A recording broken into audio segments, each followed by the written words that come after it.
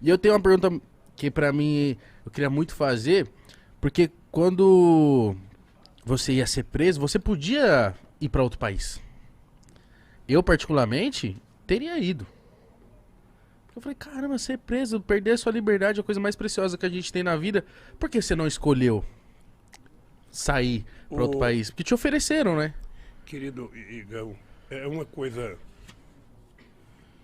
Eu jamais. Eu vou contar uma pequena história para vocês saberem o que eu estou falando. Minha mãe teve 8 filhos.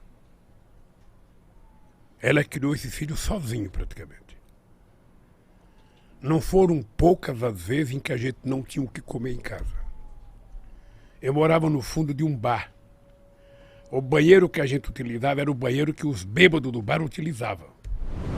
Era lá que tinha que tomar banho minha irmã, minha mãe e nós. Eu tinha uma vontade de chupar chiclete de bola. Naquele tempo chamava-se chiclete americano. Você não viveu, o pai de vocês ou o avô de vocês, Quer dizer, não? sabe, aquele que fazia bola. Você não imagina a loucura que eu tinha de fazer uma bola. E nunca tive dinheiro para comprar o chiclete. Eu trabalhava quando o meu tio ia no banheiro do bar, ele pedia para mim tomar conta do bar, eu poderia roubar um chiclete e levar para casa. E eu não roubava, porque eu tinha medo de envergonhar minha mãe. Eu tinha um companheiro chamado Boquita. Boquita era filho de um cara sergipano, não esqueço nunca. Esse Boquita mascava o chiclete dele o dia inteiro. Quando esse Boquita ia jogar fora, eu pedia para mim. Nossa senhora. Pedia. Não tenho vergonha de dizer isso, não.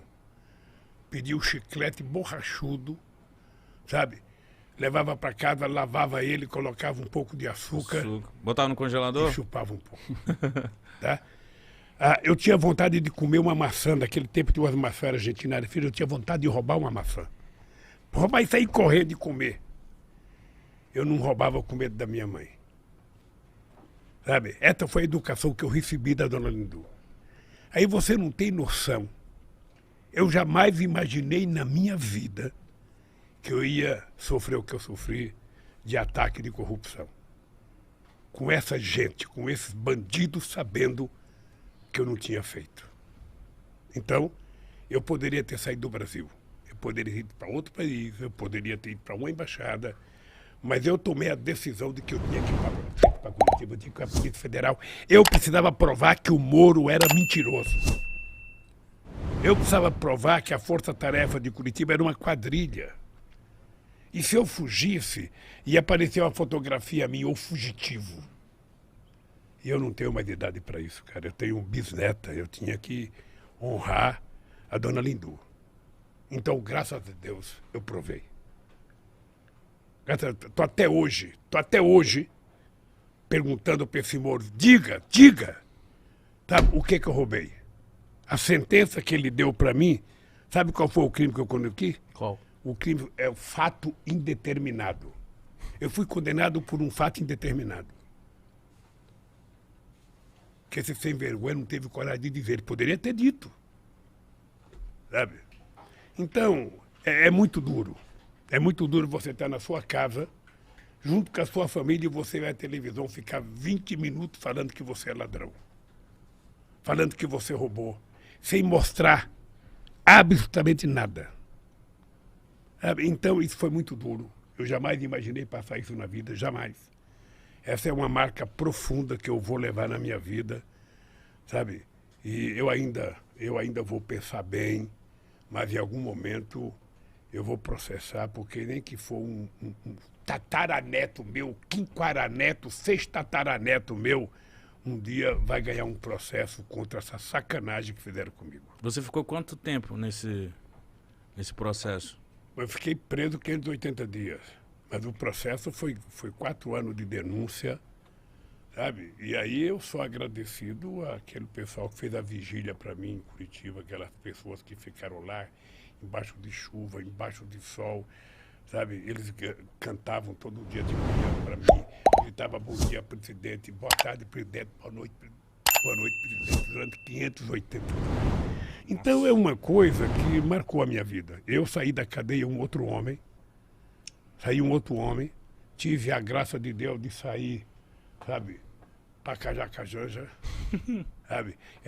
Ela morava em Curitiba, ela mandava uma comidinha para mim toda noite, sabe? Ela te conquistou pela comida. É.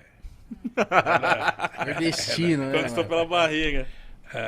Não, ela não deixava eu mandar minha roupa para lavar fora, ela queria ela levar para casa para lavar.